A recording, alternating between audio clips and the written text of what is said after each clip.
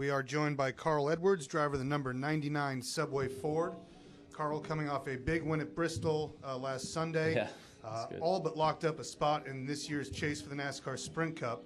So if you can open up talking about that win, how that affects your strategy going forward, knowing that you already have that. Well, I mean, the biggest thing it does is take a lot of pressure off. It allows us to go have a little bit more fun, and you know, I mean, it's nice to be able to race like that. So you know, I had a good time racing last week. There was that last caution came out. There's a lot of pressure there. Fortunately, it rained, and we got the victory. And now, you know, come here to one of my favorite racetracks. It has to be one of the most fun tracks to drive on the circuit because the way the pavement is aged, the Goodyear tire, you can slide the car around quite a bit. And so we're just working on our Subway Ford, hoping we can get another victory this weekend. Great. Thank you very much. We'll open up for questions. Please start with your name and affiliation. We can start right here with Brian. Brian Nelson, Motor Racing Network, Carl. So last week after the victory, you were talking about how one win is not enough to guarantee you a spot in the chase. Our points, do you care about them at all now that you have a victory? Well, of course. I mean, mathematically, we're not in the chase. I mean, if 26 guys win races, then the points are going to be pretty important. So we're aware of that, and so we're not on. You know, we're not going to go crazy right now. We're going to kind of see how things go for the next month or so, and then once we really feel like we're locked in. Well, the easiest way for us to lock ourselves in is to go ahead and win this weekend, and then we'll be good. So, but once we're in that position, it'll be completely pressure free, which will be really nice. I forgot this is the first time I've been in the media center for a while, so that's another perk of winning. I get to talk to you guys. Welcome back. That's good. Yeah, glad to be back. Glad to be back in here with you. We'll go Wolfgang. I Rich. can't believe we didn't get free Subway for you guys this week. We worked on it. You stop by the hauler. There's a couple sandwiches left. They got some grease and stuff on them for the mechanics, but they're there if you guys want them. So I saw your hand go up pretty quick. So we'll go Wolfgang, Rich, and Tom Jensen. Carl, congratulations first for your win in Bristol last weekend. But you have no extreme other kind of speedway, small one to a big one. How important is the aero package for this kind of circuit? Well, I mean, I was looking at that radar display you have at the end of the front straightaway here, and I mean, 207 miles per hour at the end of the straightaway. There is an immense amount of aerodynamic influence on the race cars. I'd say it's probably equal with the tires' influence on getting the car around the racetrack. So it's hugely important here. And I would have to say, after following Matt Kenseth around with his salvage vehicle or whatever he had there last week, I don't think that aero was a big factor at Bristol. So here it's huge. I'm not picking on his car particularly. It's just that the rear end was torn up really badly, and he was still really fast. I don't think he'd be able to do that here. The aero's a big deal in California. Rich. Rich Colbert, the Motor Racing Network. Carl, last year there was controversy between Joey Logano and Tony Stewart, and he ran him down below the white line. Not to talk about that incident, but what is the etiquette on let's say if you got 10 laps to go, last, I guess, 2 or 3 races, we've had a 10-lap dash to the finish. When you have a restart like that, what is the etiquette? Do you run somebody down there to block? Let's see. You got the last restart. I don't think I've ever thought of the word etiquette in relation to that. I don't know if there is much. I mean,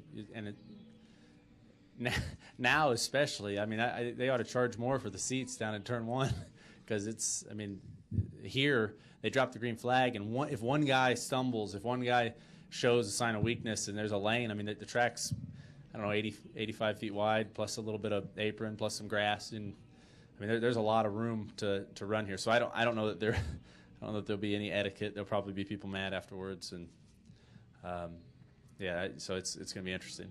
One more question: should some of these races be shorter? They shortened this race some years ago. No, longer's better. We were talking about that today.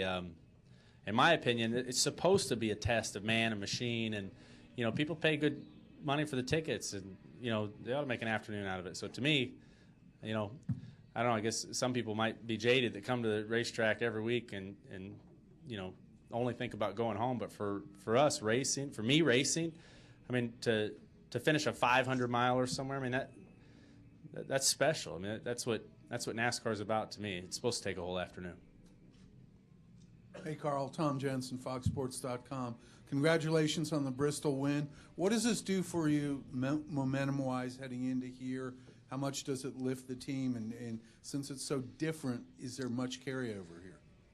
I don't think there's a lot of carryover from Bristol. It's funny because we talked about that in the negative sense after practice. We thought, well, there's really no other track like this, so because we're so bad in practice, we thought, it really doesn't matter that we're that bad here. It's not a sign of how bad our team is. Then we went and won the race, so I guess we can't turn around and say, well, this is a sign that we've turned things around. I mean, we know that Bristol is a standalone, very unique racetrack, and we don't think there's much carryover.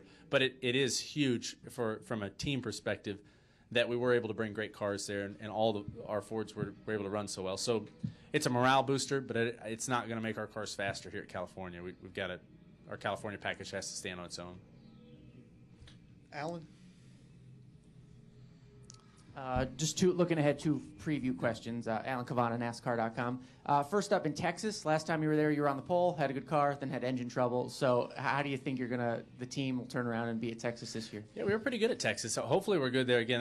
Texas is a really fun place to run well. I mean, they gave away a rifle for winning the pole, and they always everything's a big deal there. It's a lot of fun. So I really like going there. Hopefully we run well. That track, I think, is going to be an indicator of how well you run it at a lot of the mile and a halves. Chicago, Homestead, obviously the second Texas race. That's a good track to run well at. And we've seen knockout qualifying a few times now. Are you already thinking about Talladega and what that will be like? Oh, man. No, that's going to be crazy. So, yeah, I don't know. Fortunately, your qualifying spot at Talladega is probably the least important qualifying spot of the year because it could be anything can happen in that. We'll probably tear up some cars, so that's the only thing we want to try to avoid. But I remember a couple times we knew that qualifying was going to be rained out, so practice time was important, and so it became a knockout qualifying session, and it was insane. It was actually a lot of fun because you had to work with people, and then at the last minute you come to the start finish line, everybody'd scatter and try to beat everybody, and it was a lot of fun. Nate? Nate Ryan, USA Today Sports. Carl, when Jimmy Johnson was in here earlier, he was saying that one of the most unexpected aspects of the season has been how complicated the setups are with the new ride height stuff and everything like that. Yeah. Have you, now that you've practiced out here, are the setups a lot different? Are the cars driving different? How do you think it'll affect Fontana? Mine does drive a little bit differently, and I think that's a function of the bumps. And I'll say I think that's a good thing. I think that, as terribly as my car as terrible as it feels to drive, I think it gives me a lot of room for for Jimmy Finnig to adjust on it, and then two, it gives me room to go run different lines. I think that you're going to see people migrating all over, and the harder they are to drive and the more touchy they are, I think it puts it more in the driver's hands. I think that's good, but it is very complicated. I've had to have things explained to me a couple of times so far this season just because of the way the front end geometry all works. Brian? Carl, Brian Belansky, RPMRadioNet.com. We've now done a super speedway, a short track, a mile and a half. Other than a road course, we've hit them all. Right. How do you feel about where you guys sit right now with your equipment going now that you've hit all those tracks and you kind of know what you've got? I think we're real optimistic, but also we realize that we were not fast at Vegas, and we really have everybody at Roush Fenway's taken that very seriously, and we've worked very hard. Last week was nice, and Robbie Reiser pointed out, hey, we've got to really enjoy these wins, every single one of them. Even though we know we have this project going on the side where we've got to be better at the mile and a halves, we do appreciate how well we ran at Bristol. But yeah, I guess to answer your question, we feel like we still need to be a lot better, and this track is going to be a good place for us to start and to really work on some things tomorrow and Sunday to try to be better at these big racetracks. Okay. Hey, Presto, Cars and Competition. Carl, you practiced in hot, sunny weather today. They're talking about cooler weather. How much is that going to change the performance of the car, and how much will your crew chief have to adjust on it for that? The weather here is a big factor. The only thing that kind of negates that weather being a huge factor is that the tires fall off so much. So you get such a big swing in speed throughout the tire run that at some point you'll overlap where you were with the weather and the other conditions. So it all matters is what I'm saying. And if the weather changes, even if it changed dramatically from when we practice to when we race, you can still use, I believe, because of the way the tires fall off, you can still use a lot of your practice information because of that.